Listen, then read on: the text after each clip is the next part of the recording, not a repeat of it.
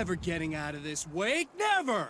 Don't worry, I'll take care of your wife and your life! You started sounding desperate. Really, I'm a psycho.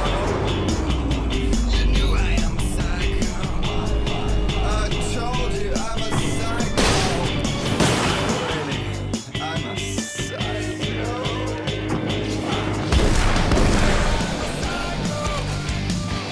I told you I'm a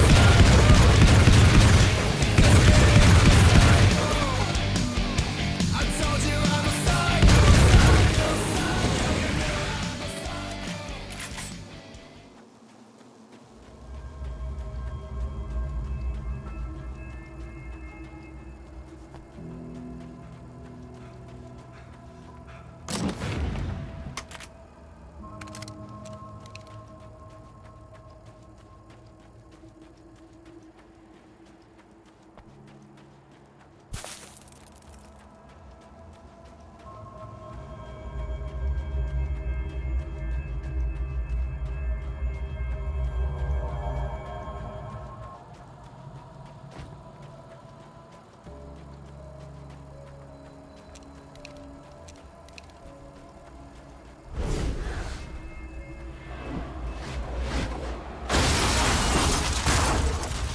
I don't know what you think you're doing, but I'll send you right back to the beginning.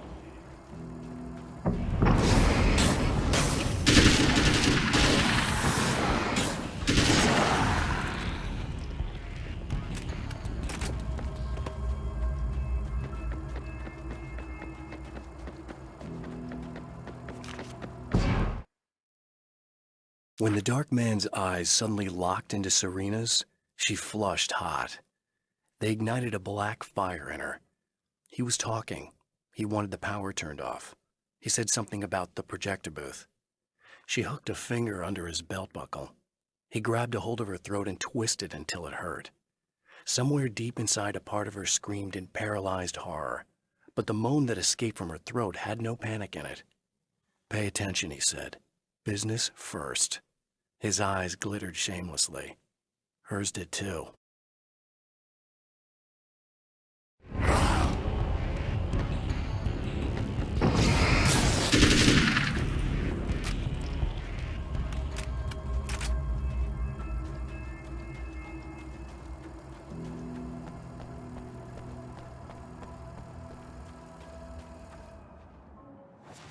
What?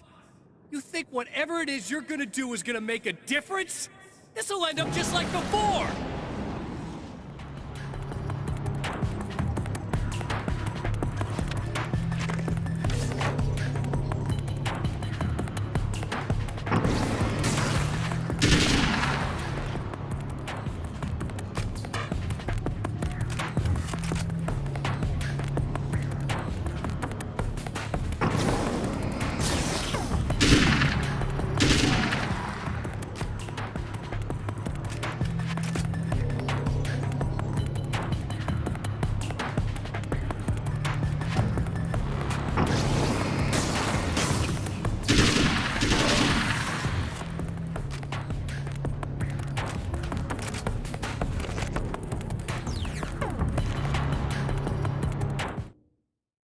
There's more to fighting the Taken than just burning away the darkness that protects them.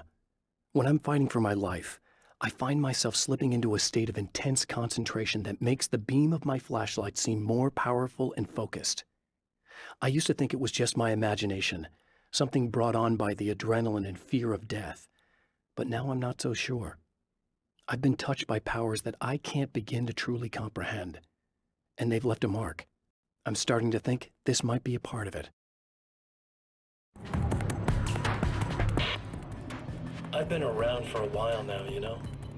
While you've been indisposed, stuck in the darkness, I've been busy. I operate in the shadows, not always literally, you understand? I'm a little more resilient than those I've taken, but I do my best work in the dark.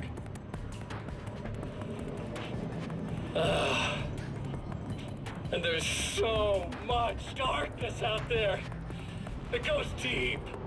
And the things that live in it are vast, big bastards. They don't mind getting a little bit of elbow room. All that chaos and madness, it doesn't really do that much down there. It's like pouring a glass of water into the ocean, right? But up here, yeah, you can really make an impact. All they need is someone to bring them all the way through. But first, I had to take care of you. You party pooper.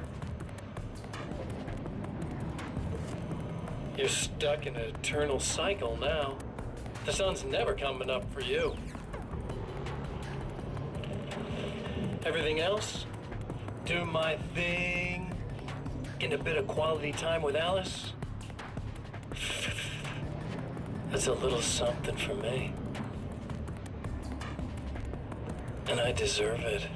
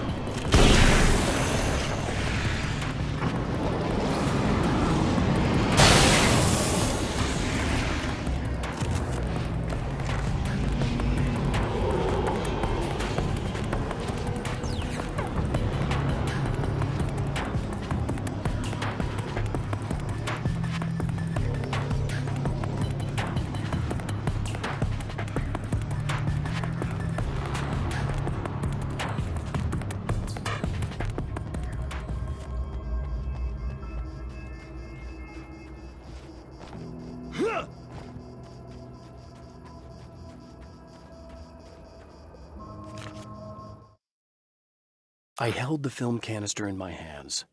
I saw her name written across it in big letters, followed by the title. It was a time capsule, moments snatched from times gone by, from a past that I hoped could also be our future. It was my salvation, our chance to be together. A tin can with a bit of magic in it that she didn't even know about, something I could put to good use. There were only moments left before I had to face him.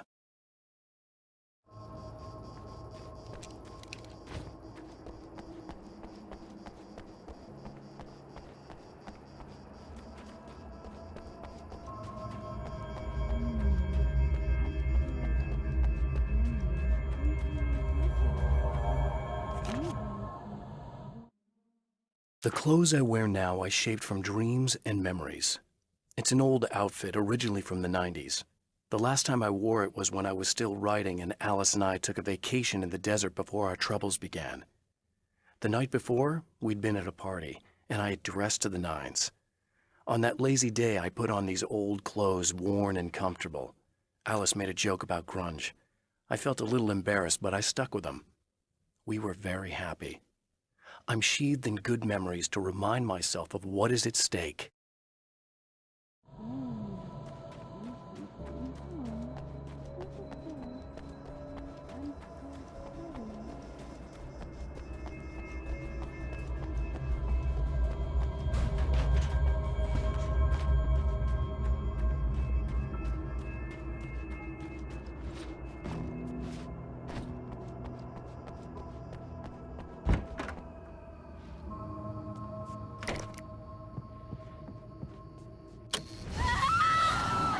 Oh, hey. I'm hoping I can put an end to this now. You'd better. I really don't want that to happen to me again. It's like somebody vomited in my brain, like a sleazy movie that keeps looping in my head. I'll stop this, I swear. You know the part that's really screwed up? If you mess it up, it'll just keep happening forever, right? I don't think I can deal with that. Don't think about that. I don't think of anything but. Hey, afterwards, when all this is done, look me up. This thing, I can probably help you deal with it. I don't know. It's almost like I'm not even in the same world anymore. Everything's just weird now. Yeah, I know. A lot of that'll pass with time, but being touched by the darkness, it's rough on you. It's a lot to process, and I just don't want you to get completely screwed up by this. Might be a little late for that, to be honest. Yeah, well, there's degrees. At least you're not at a point where you go around picking fights with people over not changing their light bulbs often enough. What? Never mind. All I'm saying is, you're not alone with this. And anyway, you're friends with Alice, so, you know, any friend of hers. Thank you.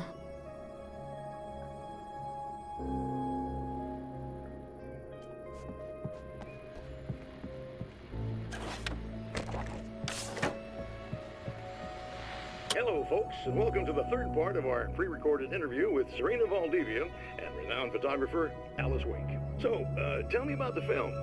It's called Sunrise, and it really wasn't something I ever thought of as an actual film. It was just footage, things I saw and happened to shoot. It's not a medium I'm very much at home with. You shouldn't put yourself down. You've got a great eye. Maybe, but experience is another thing. Because you're primarily a still photographer. Yes, exactly. So I'm really used to thinking of the world in terms of snapshots. I frame something and try to pick the right moment, and then reveal that moment to people. Moving images are a different story. I'm still learning a lot about it, to be honest. So, this is a new thing for you? Or maybe I'm just a slow learner. But showing it like this is definitely a new step for me. It's a little weird taking something this intimate and showing it to everybody. Not that the material itself is somehow shocking. It's just that those were private moments. But that's why it works, because it feels genuine. It's not so much a story as it is a sort of an echo, showing us how you saw your husband at the time. It's not really about the sunrise itself or Alan watching it. It's about you two together. I suppose. It's funny, looking at it now, especially now that it's been edited like that. It takes on a life of its own, almost. It's a kind of a fantasy. Well, there's nothing wrong with that. No, you're right. I'm glad you talked me into it.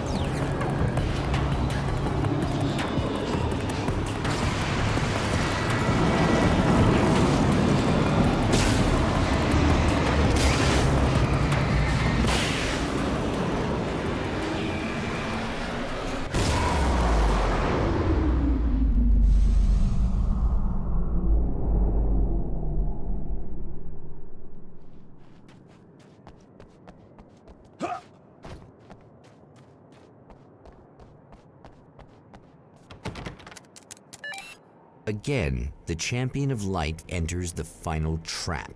The new reality is almost here. All he needs to do is change the details of the scene, push it past the breaking point, and the rest will snap into place.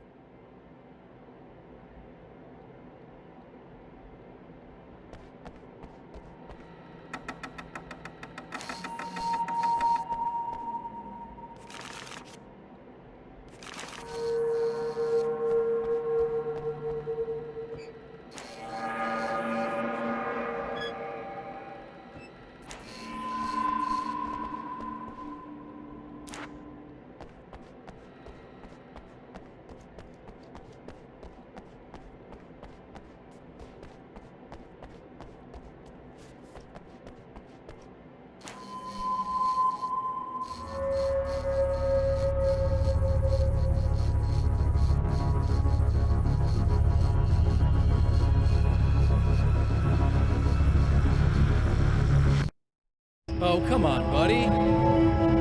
Why don't you... What? What is this? No!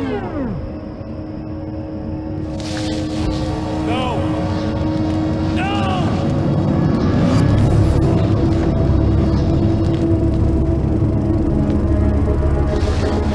You can't do this! All I did was take the things you always wanted and never had the balls to go for. It's my turn now! It's my life! It's my life!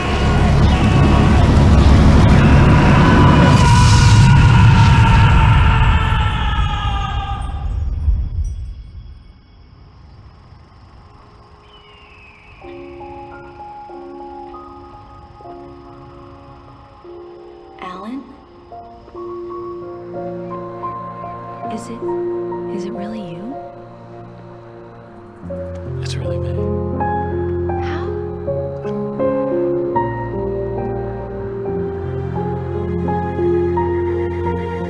I love you. I love you.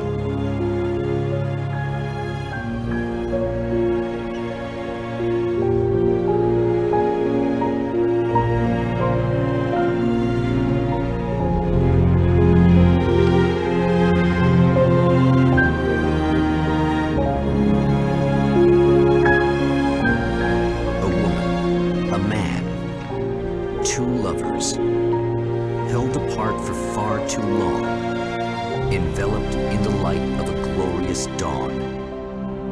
They both feel it. He's home at last. Are these actual events, or merely a dream? A memory, or a glimpse of what is to come? One thing is certain. This scene takes place in another time and another place, far, far away from Night Springs.